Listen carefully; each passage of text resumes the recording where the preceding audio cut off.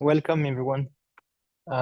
It's great to have you all here at this 4IP Council webinar, where we will be talking about the proposed changes to the SPC regime in Europe. My name is Axel Frazzini, and I'm the Managing Director of 4IP Council. I'll be your host today. As you may know, and I'm pretty sure that you know it, but 4IP Council is a not-for-profit organization. What we do is we do research, and we are focused on the link between IP and innovation. Our mission is simple. We need to identify the most relevant topics and produce empirical research by collaborating with a variety of academics, experts, IP organizations, and all the stakeholders. On our website, you can find plenty of free materials. Actually, everything is free. And for example, you have the studies, the guidelines, the summaries of relevant papers, recordings of our webinars. We also produce easy to digest content, especially tailored for non-IP experts, SMEs, and startups. Our aim is to assist innovative startups and SMEs in learning how to use IP to grow their businesses. And I would like also to mention that we have a new podcast called IP Stories, where we interview entrepreneurs, inventors, and IP disseminators to learn about the stories behind IP in general. We have also a dedicated case law section. That's one of the most popular sections of the website, where you can find actually summaries and learn more about, lawsuits, case law decisions, anything that could be related to licensor and licensees of SEPs in good faith licensing negotiations. Our database provides summary of almost all the European court decisions, so do not hesitate to check it out. And you can follow us. Actually, that would be very kind if you can follow us on X, formerly Twitter, LinkedIn, YouTube, Instagram. Our handle is easy to find. That's 4IP Council. That's a great way to find about our IP news, resources, latest interviews, and the future webinars. But without further delay, it is my pleasure to introduce our speaker for today's webinar, Johan Nettleton. Johan is a principal IP counsel in the commercial IP department at Novartis Pharma in Switzerland, where he is responsible for coordinating global IP litigation in relation to several Novartis medicines. This involves managing patent and related litigation across many jurisdictions. Johan has also been leading the team which coordinated Novartis' preparation for the unitary patent and unified patent court. A final remark for all of you. Please do not hesitate to use the Q&A tool that you can find at the bottom of your screen to submit your live questions. Along the way, submit your questions, and at the end of the presentation of Johan, you will be able to submit even further questions. And that's when I will start taking all the questions received, and the goal is to make sure that we will answer all of them if we can. So Johan, the floor is all yours.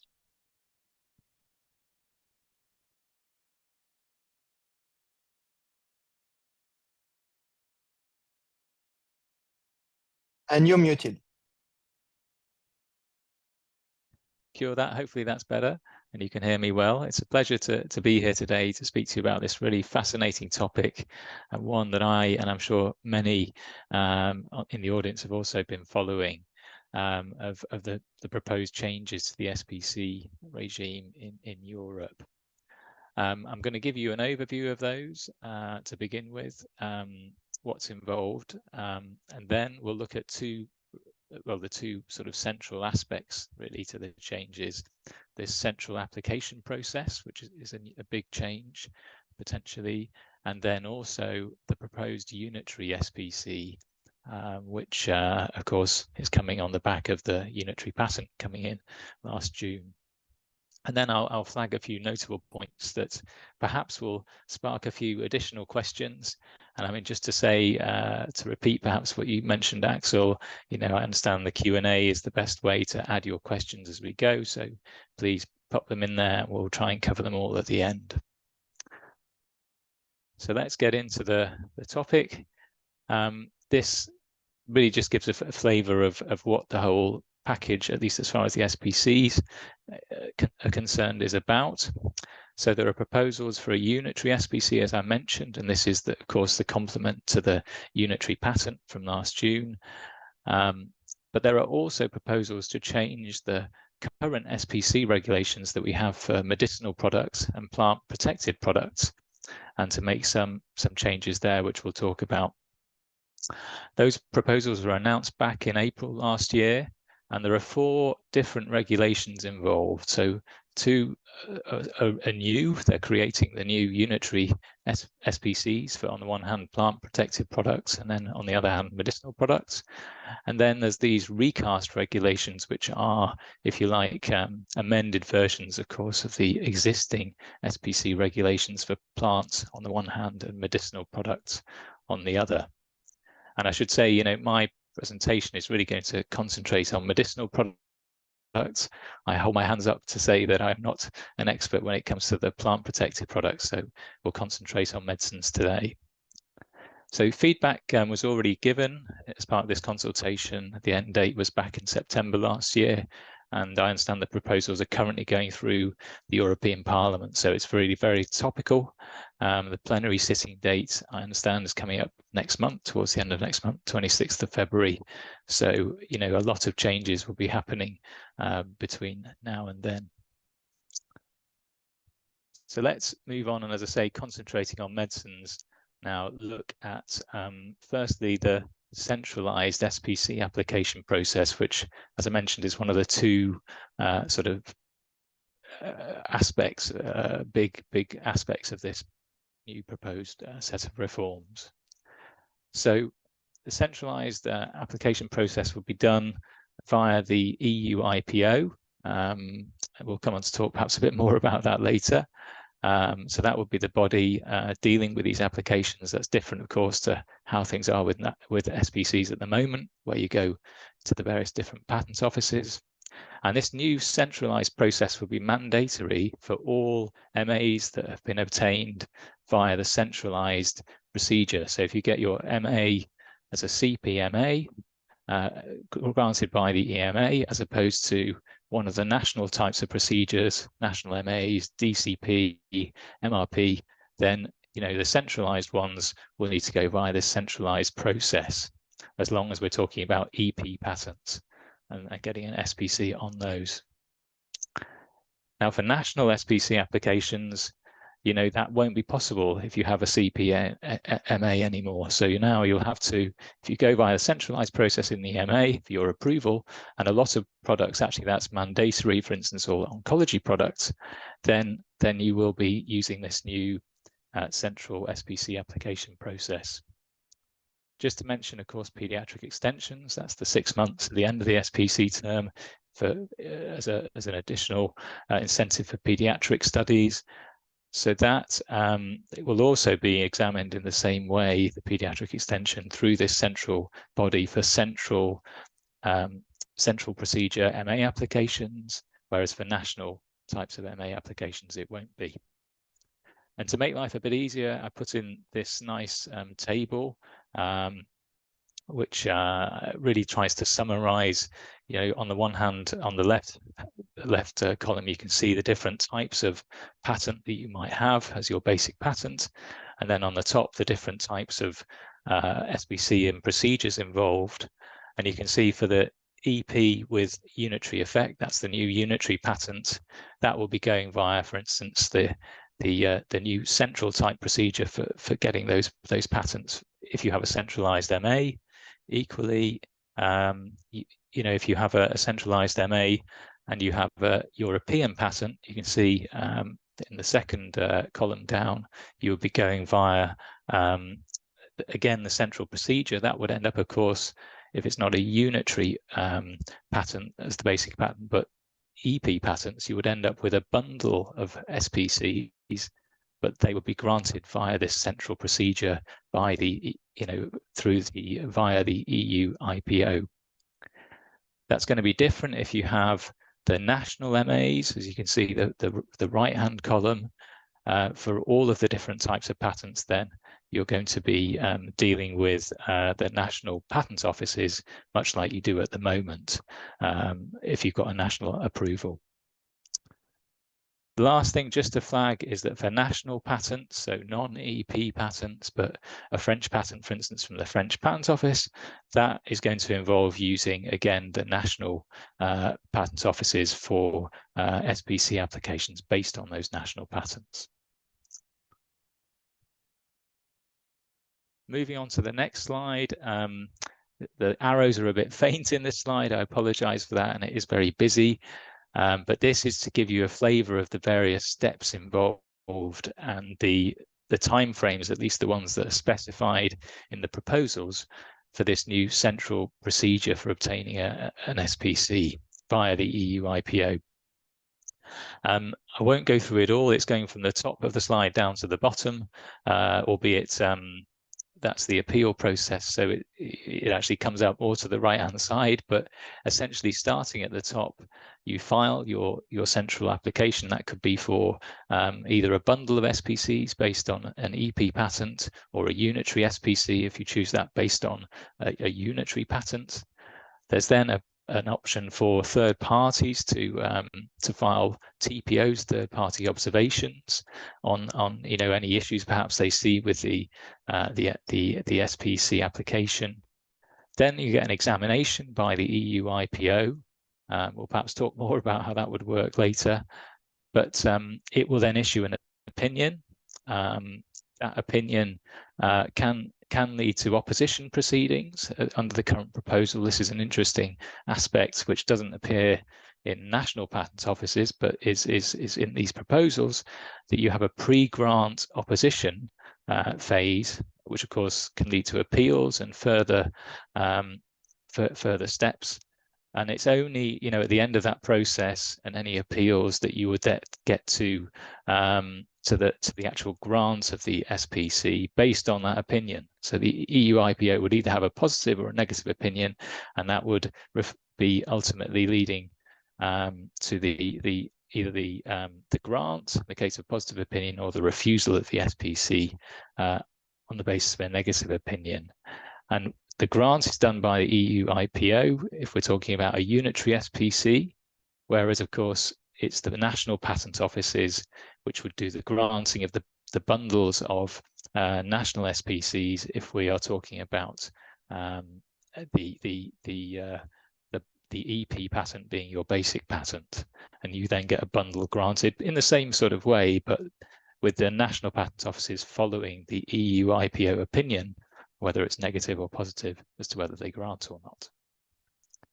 As I mentioned, there are quite a number of steps with timelines, but there are also some which don't have timelines, which make it interesting to try and determine how long this process would take. But it's certainly, as you can see, quite an involved process. The other thing I did want to mention is, in addition to the actual application process, and this is captured in a couple of bullets to the bottom right of the slide, there is an additional step in the proposals for third parties to be able to challenge after grant of the SPC. So an invalidity challenge in the EU IPO itself. And that's in addition to the existing opportunities, of course, that SPCs can be challenged in the national courts and now in the UPC, potentially if the European patents are not opted out, and their SPCs with them, of course. So you have now these various different additional challenges that could happen during the SPC grant process, the opposition proceeding, and then even after grant, a further additional process step of invalidity challenges in the EU IPO, as well as the courts afterwards. So take a breath at this point and switch the gears a little bit to talk about the other aspect, the second big part of the proposals. This is the proposed unitary SPC. And it's fair to say really that the core provisions on grant, the way the procedures will work, are really much the same as the central application system that we've just been talking about. So that applies as much to the unitary SPC as it does really to the EP basic patents. They both would go roughly via the same process. I think the only difference is the fact that the national patent offices would grant a bundle of patents for an EP, whereas the EU IPO will be granting the unitary SPC if it's based on a unitary patent. Again, it requires that the centralised MA, centralised procedure, has been used to obtain the MA, so not one of the national types of MA routes. And the effect would be the same, really, as a national SPC in all of the member states for which the unitary SPC has coverage, and that, of course, will be the same as typically as well, it must be the same for a unitary right as the unitary patent coverage currently in 17 countries. There is, of course, the possibility, and this makes sense, to combine your application in this central process for both a unitary SPC, which, as we talked about, can only cover the unitary patent countries, along with other countries which you might want to get SPC protection for, which are not in the unitary patent. So, for instance, Spain, of course, which is out of the system, and then, of course, countries like Ireland, which have not yet ratified fully and are not full participants yet. I think the other thing just to mention is the pediatric extensions, of course, apply to unitary SPCs in the same way as they do to normal SPCs, national SPCs, and equally there is provision in the proposals for the manufacturing waiver to apply, just as the SPC manufacturing waiver applies currently to a large extent. So let's maybe to stimulate a bit the possibility for questions, and as I say, I hope you're adding them to the Q&A if you have them. Just put up a few points that may be worth flagging. It's important to appreciate that the SPC term and the main substantive requirements for obtaining an SPC, the famous Article 3 requirements, that those are really unchanged from how they are in the current regulation. So the proposed recast version, doesn't change those. Another feature, and we've already mentioned it, is the examination before the EU IPO. That's a body which isn't so used to dealing with patents and SPCs, so that's certainly an interesting aspect. There is this pre-grant opposition proceeding, which I mentioned. You remember the busy slide a few slides ago. That was a rather different aspect, which is proposed for this centralised SPC grant procedure, and would take place with also some instances of appeal, which would suspend the effect of the opinion. So those appeals would have to be heard before you would get a grant or a refusal. And it's important also to perhaps mention that one of those appeal instances would be the EU IPO itself as well. Additionally, there was that post-grant invalidity possibility I mentioned, with proceedings also being brought under these proposals in the EU IPO, as well as the current situation where you can, of course, challenge post-grant an SPC before the national courts and now the UPC. There is an interesting change to Article 3, which is captured in this middle bottom box, and it's got this famous economically linked wording, which I think has had some discussion. What this is aimed at is to say that if you have two applicants with different basic patents, both seeking an SPC for a product, they should not be economically linked to each other. So if they are economically linked, then they wouldn't be able to both of them get an SPC for that product on their respective basic patents. But if they are not economically linked, the proposal suggests that they can. And that's quite interesting wording. Again, may stimulate some questions. Lastly but not least, there are some changes to the recitals. It makes it's worth reading those. I think the new ones in particular seek to codify the law a little bit that's already come out about SPCs over the last years. So those are some changes also worth looking at too. So I think that was the last substantive slide I had. Just to say there are some additional slides in the backup which I think will be provided afterwards and provide a bit more detail on the central SPC application process and the unitary patents as they're proposed. But I hope that that's helpful and that we will have some interesting questions to discuss.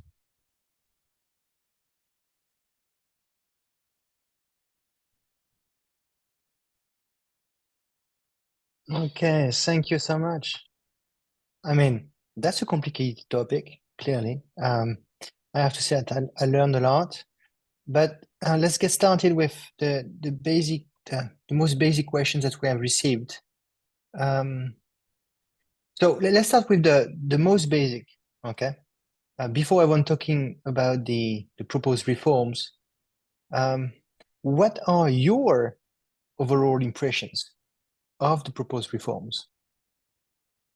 Yeah, it's a good question. I mean, I've been thinking about it for quite some time. I think you know, in many ways they're encouraging, you know, to have a more harmonized, centralized approach to SPC applications. This could be a very positive thing, could bring more clarity and efficiency, you know, really helping provide reliable protection on the one hand, and cutting down some of the administration involved in applying for SPCs on the other.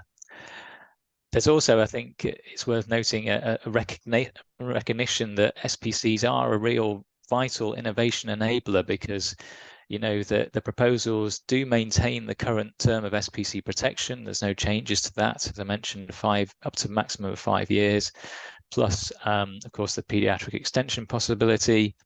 And I think that reflects that, you know, SPCs are so critical to innovation, and they are, of course, the last to expire protection for over half the medicines that we see approved in Europe, innovative medicines, I should say. I would say the recitals are largely positive, you know, capturing the case law. Perhaps some tweaks are needed, but they aim to do that, and I think that makes sense. All that said, and maybe this will also come out in the discussion, there are some, I think, significant concerns about some of the process aspects of the proposals. And you saw that complicated slide with all the steps. We maybe talk a bit more about that. But I would highlight in particular the pre-grant opposition proceedings, and that really raises some concerns. But related to this, so let's take this one because that's asked several times. The unitary patent is registered with the EPO. Why is the EU IPO responsible for the unitary SPC? I'm not sure you have the answer, but maybe you have an opinion. So it's a good question. I think there was also quite some discussion about which body would deal with unitary SPCs, because I think this has long been talked about as a topic that has to, you know, there was no perhaps obvious choice.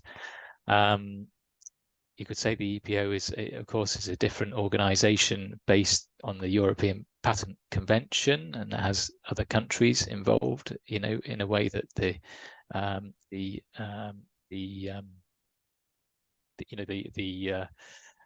includes countries outside Europe, but then equally you could say that applies for the unitary patent. So it's a very good question. For me, I can't answer how we have got to this point. I think maybe there are some political desires to involve the EU IPO more, but it is obviously a big learning curve for that body because it has not perhaps dealt with these sorts of rights before. Okay, great. We received several times the same question regarding the slides. Yes, you will have access to the slides after the webinar will be published on the website of IP Council. But the recording and the slides will be provided. And what do you see as the benefits of the unitary SPC? Well, I think it is the next, you know, logical step to the unitary patent. It would be strange, you know, to get a unitary patent right that maybe, has been desired for simplification, and then not to have the option of having a more simple, single unitary right of the SPC. And I think just as with UPs, having that additional option is welcome for applicants who perhaps want to simplify their patent and SPC portfolios, and of course want to cut down the work involved in applying for those rights, and that both systems, I think, come with those benefits. The other thing, of course, to flag, and to everyone is aware, I'm sure, is you have to litigate in the UPC if you have a unitary patent, and equally that will apply to a unitary SPC. So you have to be happy with your choice to litigate there later on. Okay, very good. What do you think are the benefits of having a centralized SPC application process for centralized MAs or national SPCs?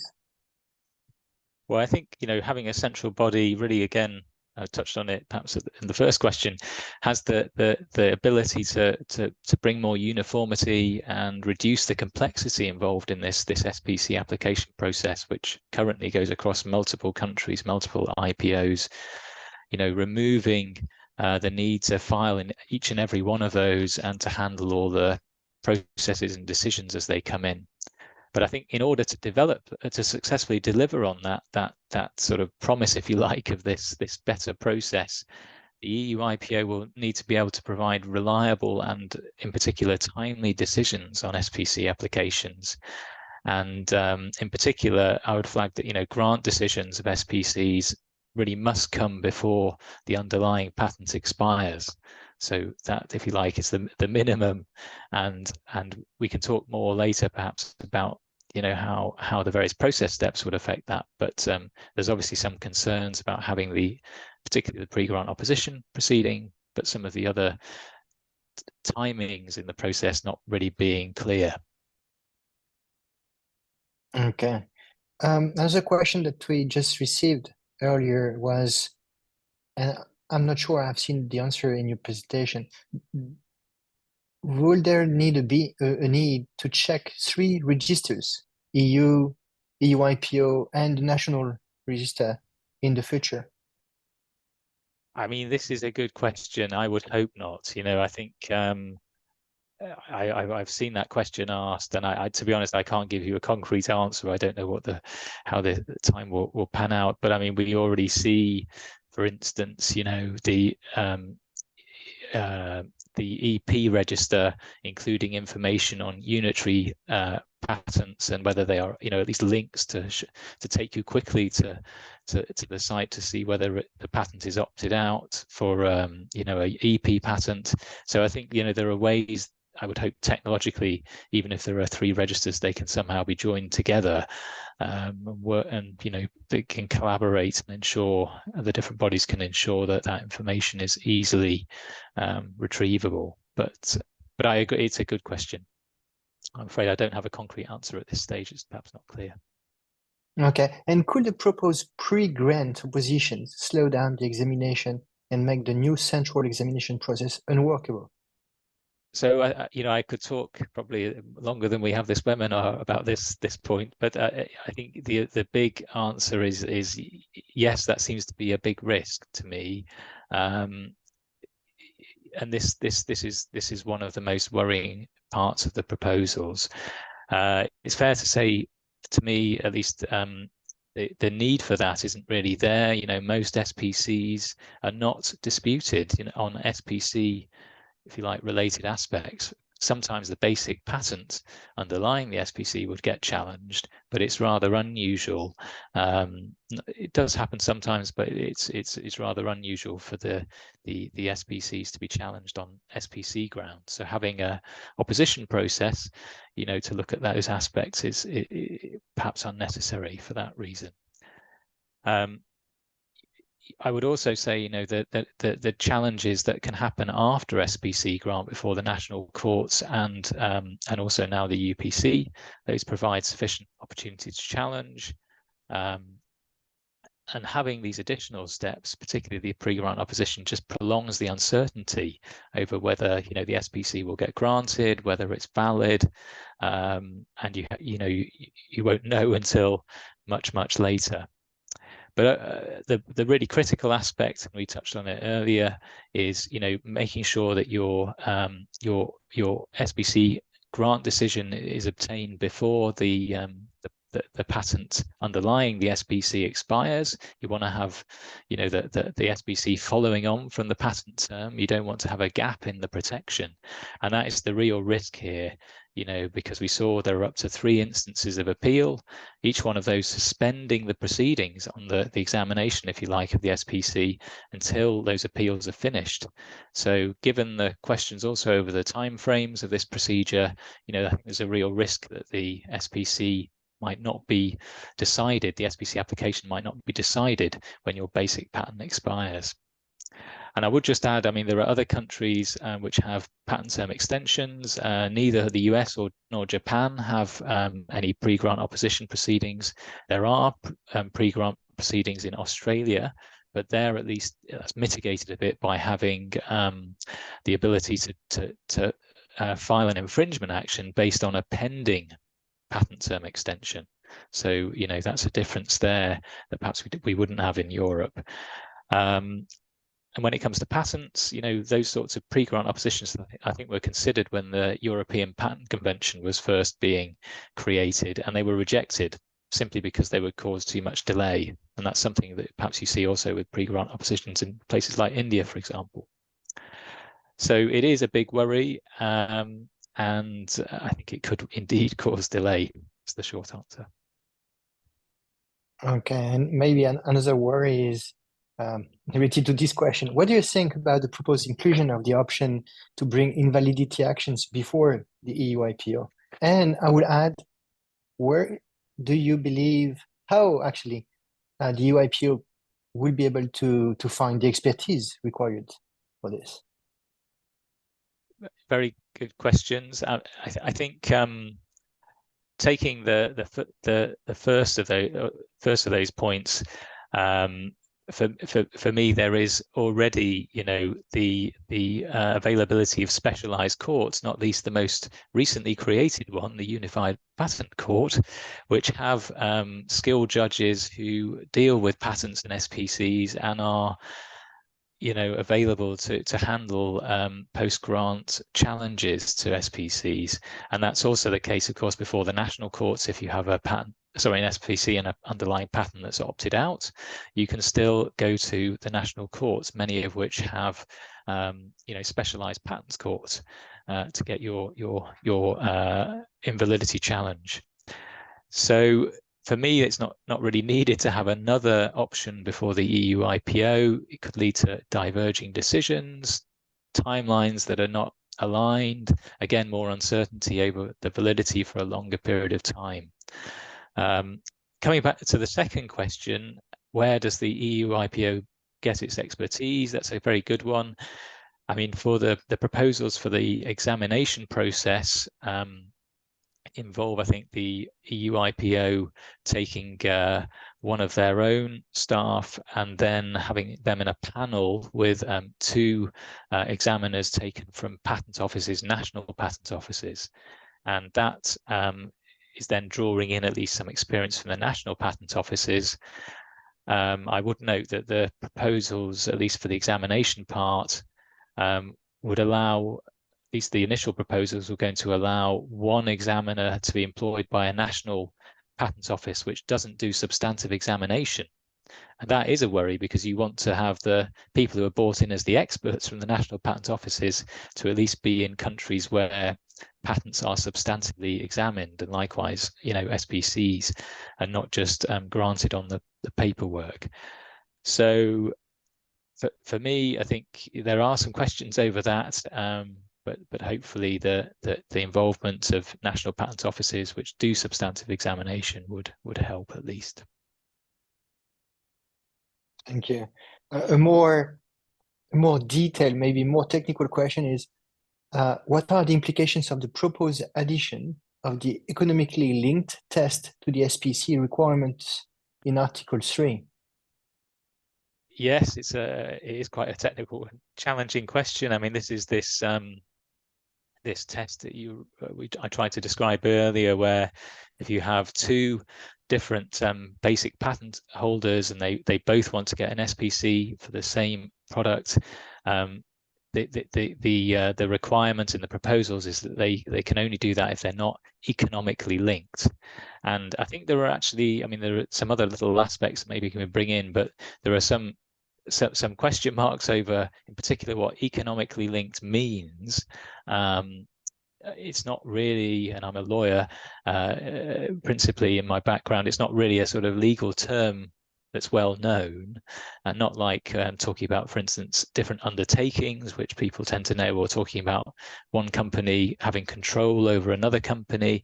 These are more perhaps usual legal terms. So those ambiguities, I think there is a worry that those could bring economic links could be found in relationships, even perhaps between a licensor and a licensee of a patent.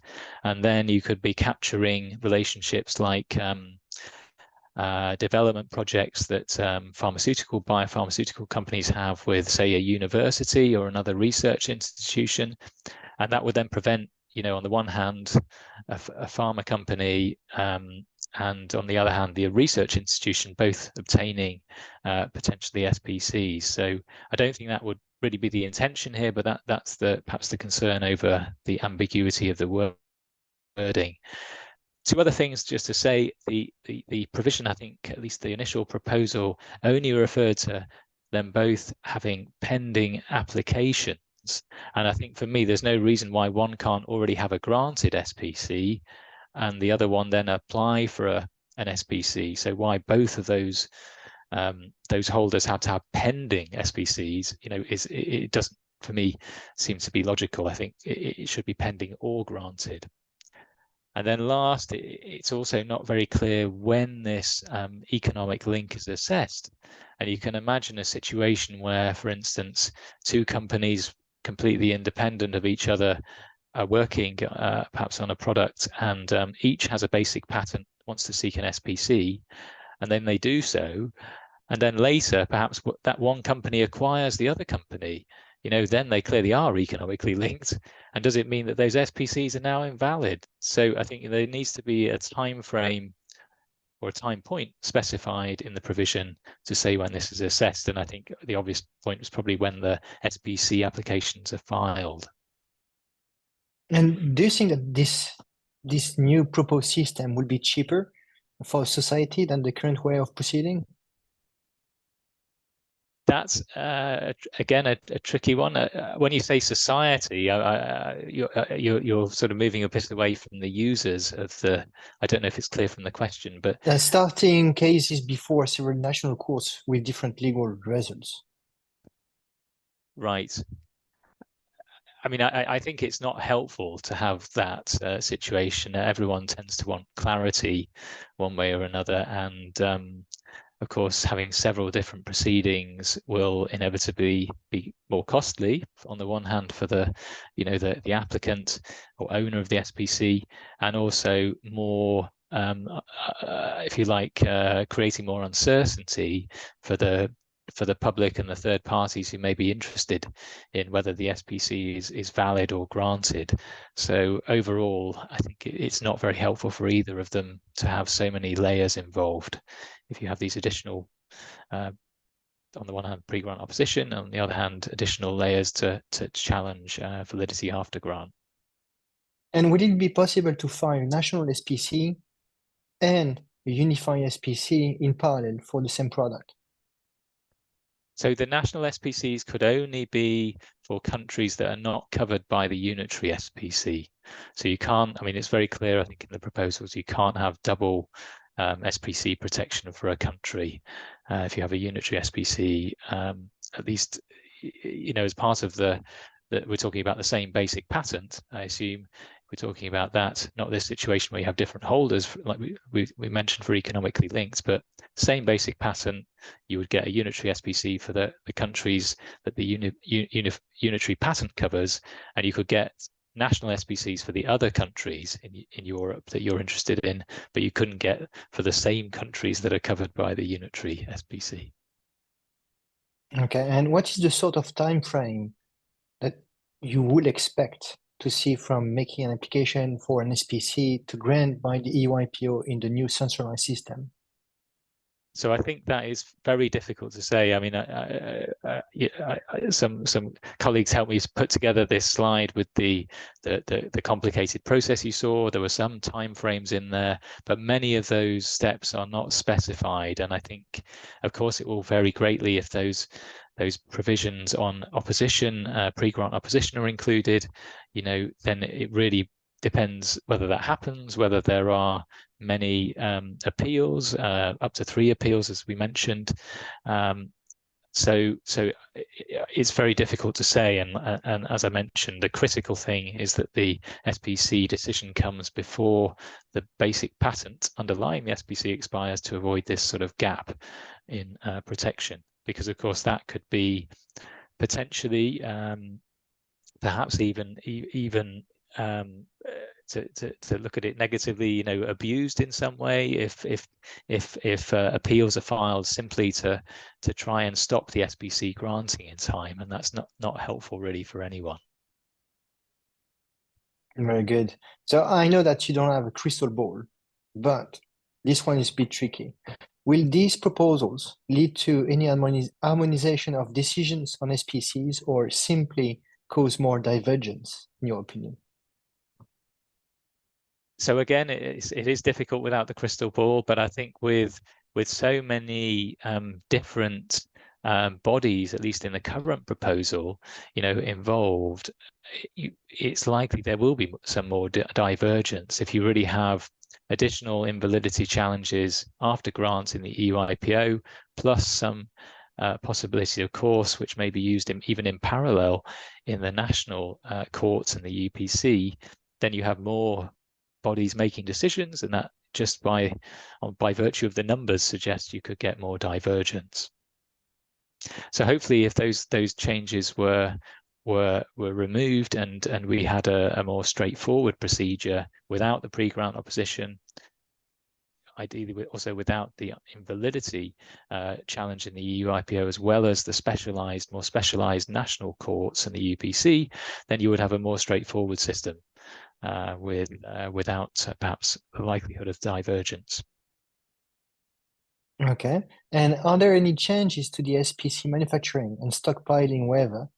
And if not, should there be one or some?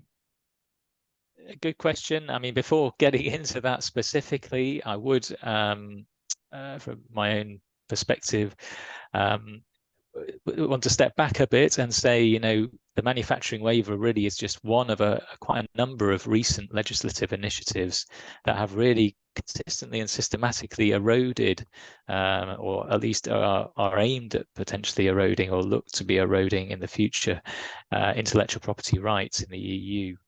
I mean, for instance, we've seen the proposed reduction to regulatory data protection, orphan market exclusivity base periods, also the expanded BOLA exemption that's been proposed, and the compulsory licensing framework proposals. So I think with all of that, it's more critical than ever that SPC protection remains at its current level. When it comes to the waiver specifically, it seems to me that really insufficient time has passed by for us to say whether it's working or not. So to suggest now that we should have some revisions, I think is, to be honest, a little premature. And I think, just to round off, it's important to bear in mind these are the most critical rights. They're aimed at compensating the lost patent term because of the application for marketing approval and the government mandated processes involved there, which of course are not the fault of the innovator, but the innovator must follow, and to give back some patent term in the form of the SPC as a result to try and compensate that, and to of course improve stimulate innovation and improve the possibilities for patients in the future. So overall, the short answer is, I think, yeah, we should wait before making changes to the waiver. if those are indeed needed. And in my view, it's too early to say. Okay. That's a very complex topic. I'm just waiting if we receive more questions. There is still a bit of time. I'm checking if we went through all of them. Okay, good. So I suggest that we go back to the slide set. You know, I'm really convinced that it is a very technical issue. That's a complex topic, and not everybody understands this one. That's for sure. But we could have, as you said earlier, we could have discussed for hours on very specific details. That's quite technical. But I suggest that we try to move on. And I would like really to thank you, Yuan, for all the expertise that you have shared today. You have great knowledge, and I'm pretty sure that we will see each other in the future. If it passes, lots of explanations will be expected. So maybe if we put back the slide, I would like also to thank all the attendees, and especially the ones who have submitted questions. I would like to invite you to sign up for our upcoming webinar. That will be SMEs and patent holdouts, how European SMEs fight back. We'll have experts, one from China and one successful SME from Europe who have been manufacturing in China, and they will explain how they have done it. So as said earlier, the recording of this presentation will be made available tomorrow on the 4IP Council website. And in addition to the SME and patent holdout webinar that we will have on the 22nd of February, we should have another webinar that will be about fashion, IP, and sustainability. So please check out the website, register for both if you're onto both topics, and just flash the QR code and you will end up on the website. Please make sure to download the slides as well, prepared by Yuan. And finally, I would like to remind you that tomorrow you will receive an email inviting you to complete a 1-minute survey about this webinar. And if you have any subjects to suggest, please feel free. Again, Yuan, thank you very much and have a great day.